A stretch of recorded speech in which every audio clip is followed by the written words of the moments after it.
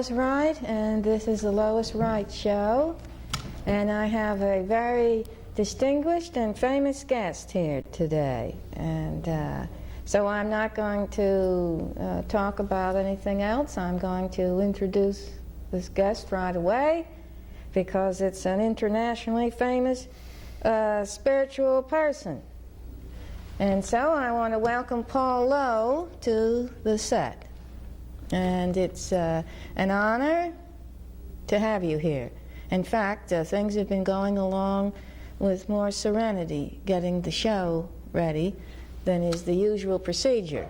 And that's because of all that aura you have that's emanating out, because instead of it just being close around you like most people sort of have it, yours has been covering all this whole area here, this whole studio. And yet you haven't been putting out any energy to do this. There hasn't been any concept of conscious energy waves going out, but it just has been going out in an easy way. And everything is very calm here. So, now I've seen your shows on LTV because they have some famous videos that they receive and they play them for the people. And so we've been fortunate to see them.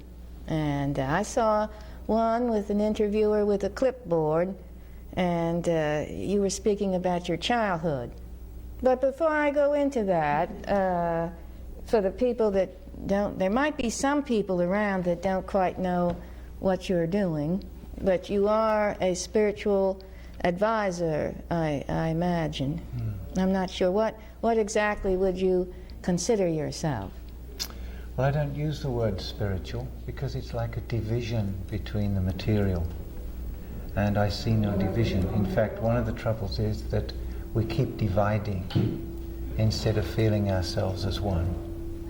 And what happened was when I woke up on planet Earth and found myself here, I found it a very strange place and I didn't feel at home. So I started to investigate what planet Earth is about. And so I spent my whole life studying myself and this planet. And what I've discovered is that this planet is winding down. Its time is up. Pardon me one moment. You said that when you were little you drew spaceships all the time, although you had no idea of having heard of spaceships at that time. And that so that would be, I think, very indicative. What you do when you're very young, what you're drawn to is important in clues of past lives, past incarnations. So from doing that, it was obvious that in a past life you must have been frequently in and around spaceships from other planets. Yes, that's well, I very didn't possible. mean to interrupt you, but I think that the fact that you were doing that since you were very, very little is interesting when you're from a child. But I interrupted, I'm sorry. Well, just taking off on that, we've all had past lives and we've all been on other planets, but we've forgotten.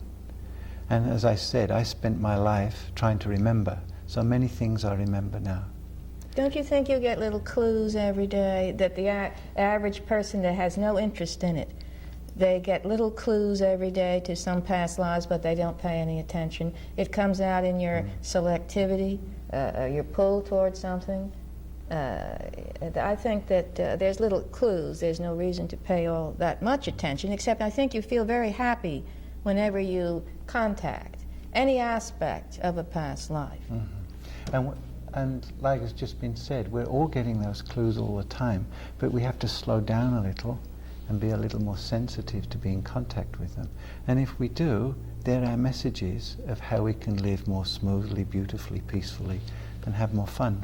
Well, I absolutely agree with that. In fact, later I'd like to look at your hand, and your past incarnations are in your hand. The past lives are there.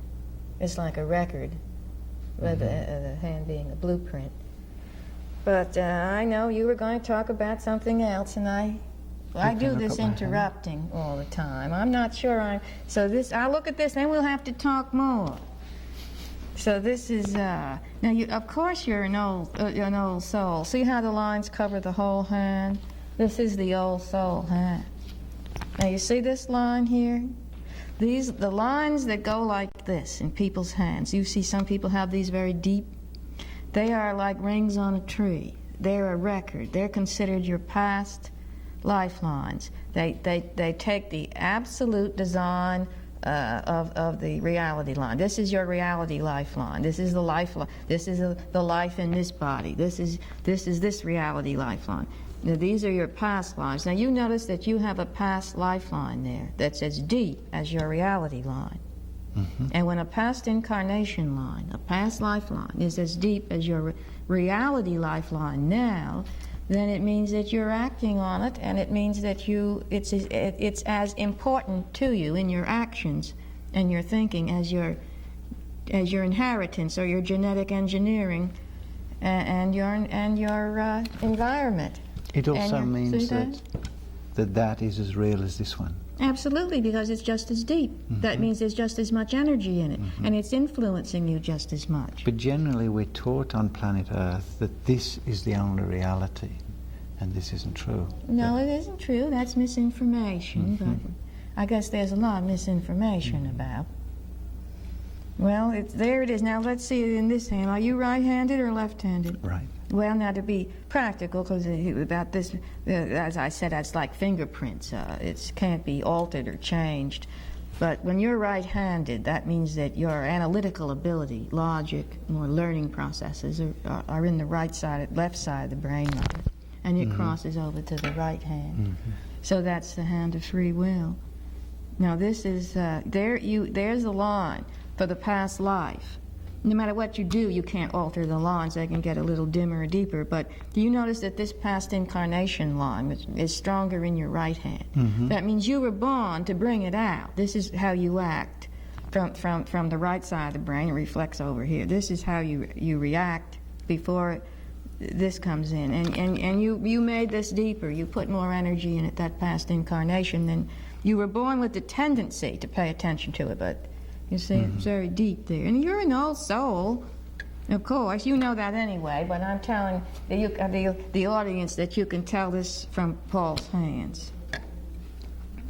Now that's your headline, and it has a lot of changes on it. It's a bit changeable because it has all this excess energy on it.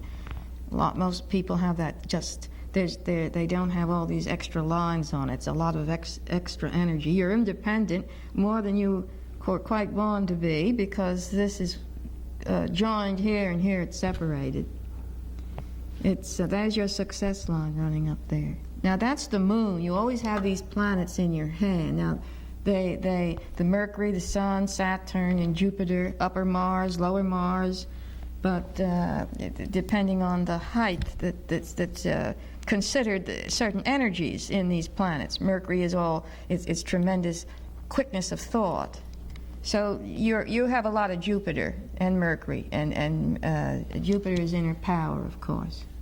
Your religious leaders, even your politicians, can't get anywhere without a large amount of Jupiter. It's that inner force, inner power. So how they direct it, the palmist doesn't exactly know how the Jupiter is going to be directed, but you have to look at the lines in the hand. You have your success line. That's a fate line, professional line, or success line, and it's coming up from the moon. You notice that? It's not coming up the middle of the hand. It's on an angle coming from the moon, and whenever that happens, it's in both hands that way. That's always the pull of the public, though. Mm-hmm. And that's always imagination. And it's great public involvement, whereas running up, coming from another direction, the moon is the public. Mm-hmm. It's imagination and the public. Mm-hmm. So it's a very successful line. And those are all your emotions. You feel things too deeply.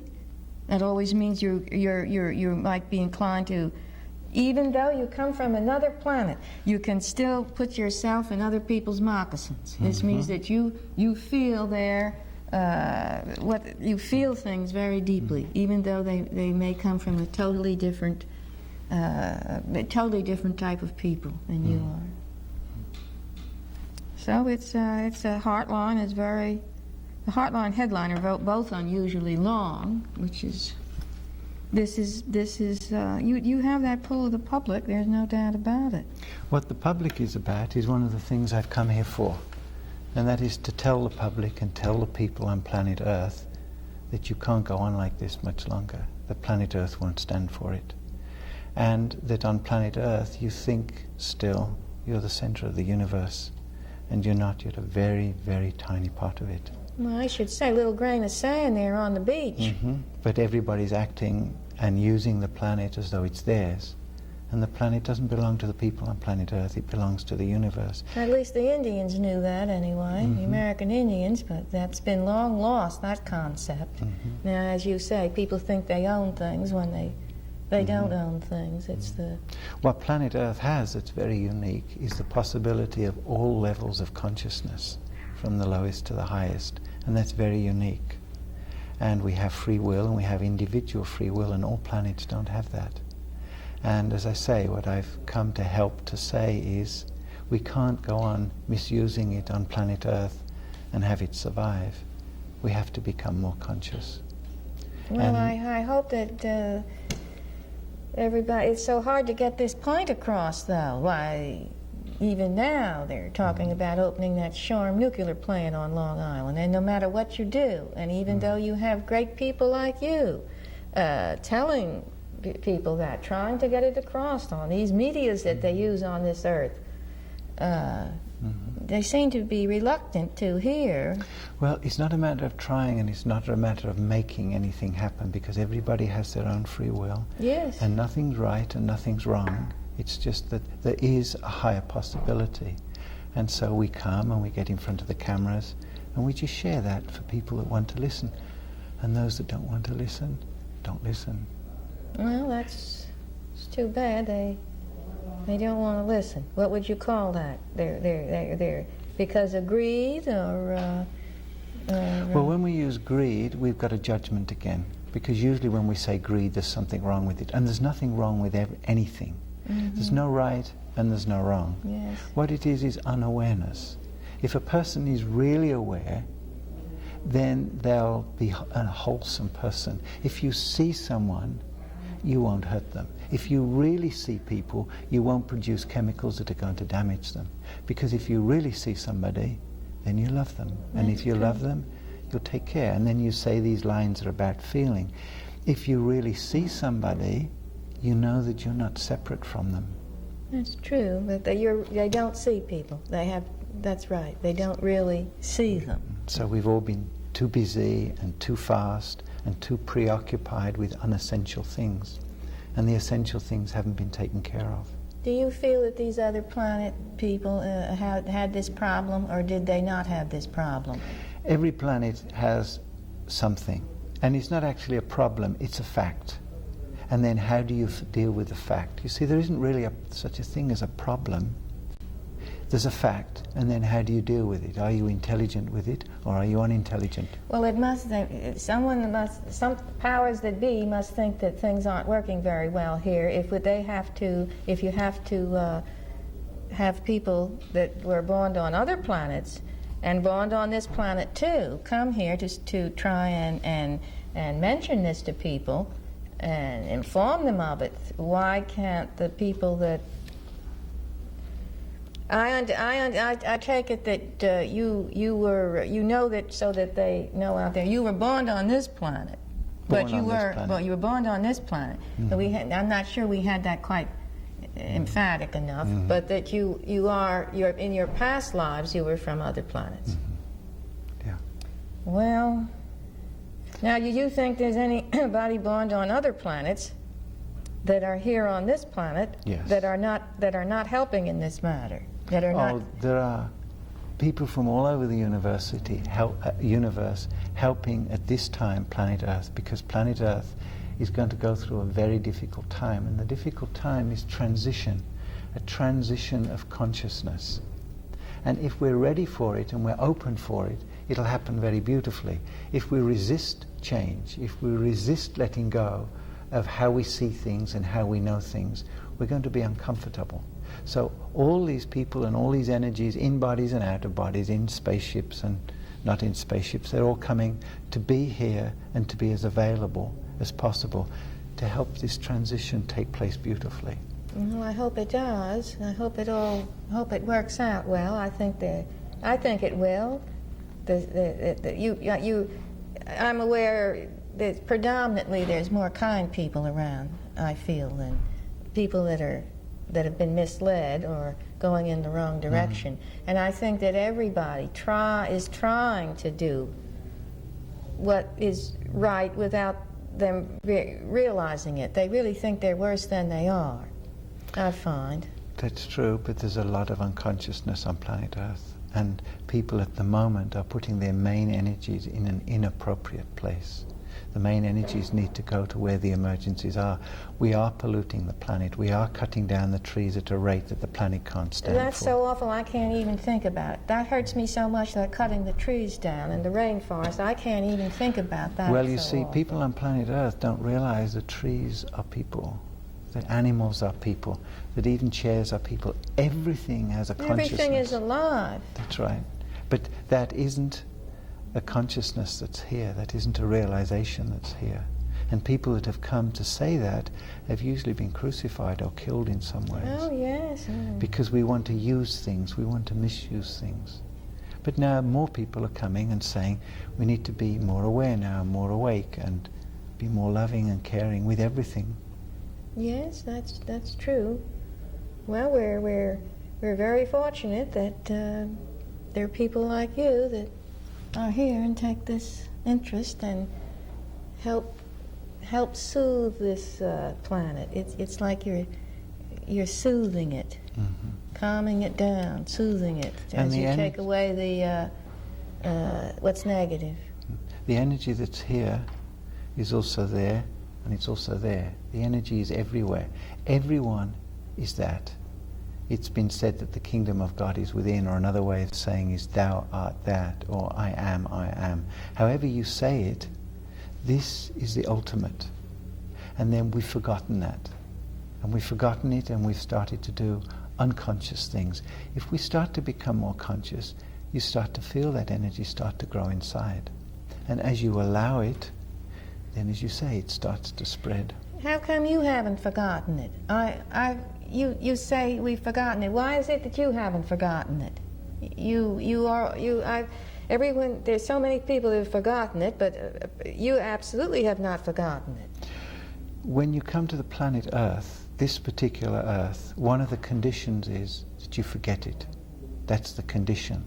Because otherwise the game won't work. But you haven't forgotten it. I've forgotten it, and I've remembered it, because I spent my life trying to remember what I needed to remember. And that was because that's what I came here for. And many people have come here for that. Oh, yes, But then you forget, and you forget who you are. And then you think you're this little finite piece that's worried about itself being angry or judgmental. And you're not. You're much more than that. But to feel that and to experience that, you've got to let go of the hold you've got. You've got to let go of what people have told you you are and you're not. Because you're not. That's their view, more about themselves, about you. For you to find out who you are, you need to let go of what people have told you you are. And you'll find you're much bigger than that. And there's more love in there than you've ever imagined. In everybody. Now you let go. I don't know whether that was in India or someplace like that, but you went off on your own. To learn. You were on one show where you, I think you turned all your money over to somebody, and you just went. Well, what I did was I experimented. How does this let go happen? How do you realize who you are? So I tried everything. So I tried all the traditional ways, and I tried all the modern ways. I tried everything to see what's needed to get there. And what I discovered is nothing's needed. It can happen to anybody, anytime, if they let go. Let go of everything. If you let go of your partner, if you let go of your business or your children, they may not go away. Well, there's that statement, let go and let God, of course. I don't know how that fits in exactly, but something is, I think, watching over you. I think something's taking care of you. All of us. That knows about all your past lives and what you're doing here now. about matters. Somebody's watching over all of us. Yes. But you have to become more sensitive and more conscious and more open for that. If you slow down, you start to feel that. You're surrounded by love. And we can say it's somebody else, but in another way, it's just another aspect of yourself. Because time and space are illusions to do with this dimension. Yes. Who you're going to be, you already are. And that's why I said earlier that they're not past lives, they're lives that are happening now. They're all happening now. And then which one do you tune into? If you let go of this one, you move to a higher level. And the higher vibration is love. It's when we meet, there's no separation.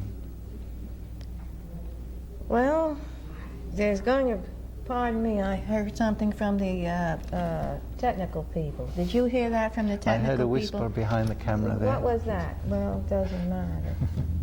I talk to the, sometimes I have to talk to Right. the, It's very rare you get anybody in front of a camera that is real. Everybody acts when they get in front of the camera. I think it's much better to be ourselves. Well, it's hard for me to be anything else. and you're certainly always yourself. And you were talking to someone in Italy. I think I saw a program. You were talking to someone. This was being filmed in Italy. It might have been an Italian studio.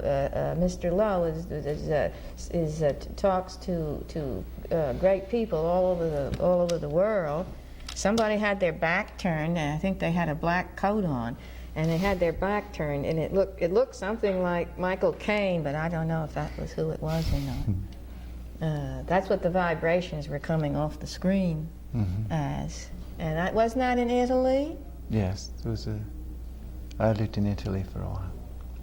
So that conversation, that was what you were saying. I thought was I enjoyed hearing it very much. Mostly what I talk about is awareness, consciousness, being here, not learning anything, because there's nothing to learn. You already know. You've forgotten. Everybody knows. It's a certain alertness. That's right. I would think of it as. Presence. Yes, yes. Well, now you said that when you're on all these interview programs that you don't say anything unless the person asks you a question. And that there should be, I know the audience out there must have all kinds of questions that they wish that I would ask you. But this is such an extraordinary, wonderful opportunity to speak with you and to ask you questions. And I know that you're going to New York tomorrow and then off to Europe somewhere. And it's, I'm sorry that I don't have or know exactly what questions that I should ask, that I know that people would want me to ask, or that I should ask.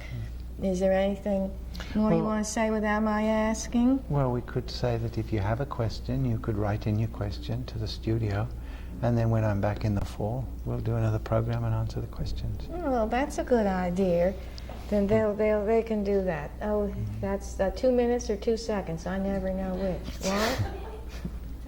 2 minutes. 2 minutes.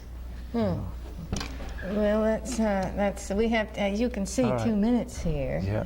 So I guess I want to thank you again, Paul Lowe, for coming on.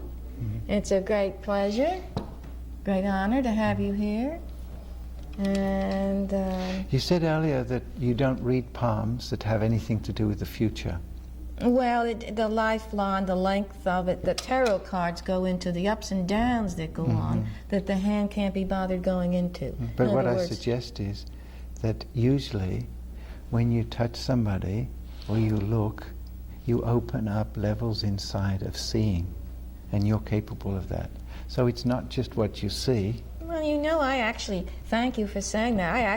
I always think I try, in the hand analysis that I always equate with fingerprints, that I try to leave everything out of it, all intuitive feeling, and that I'm just giving you the facts of what's in your hand. And then there's these other levels too.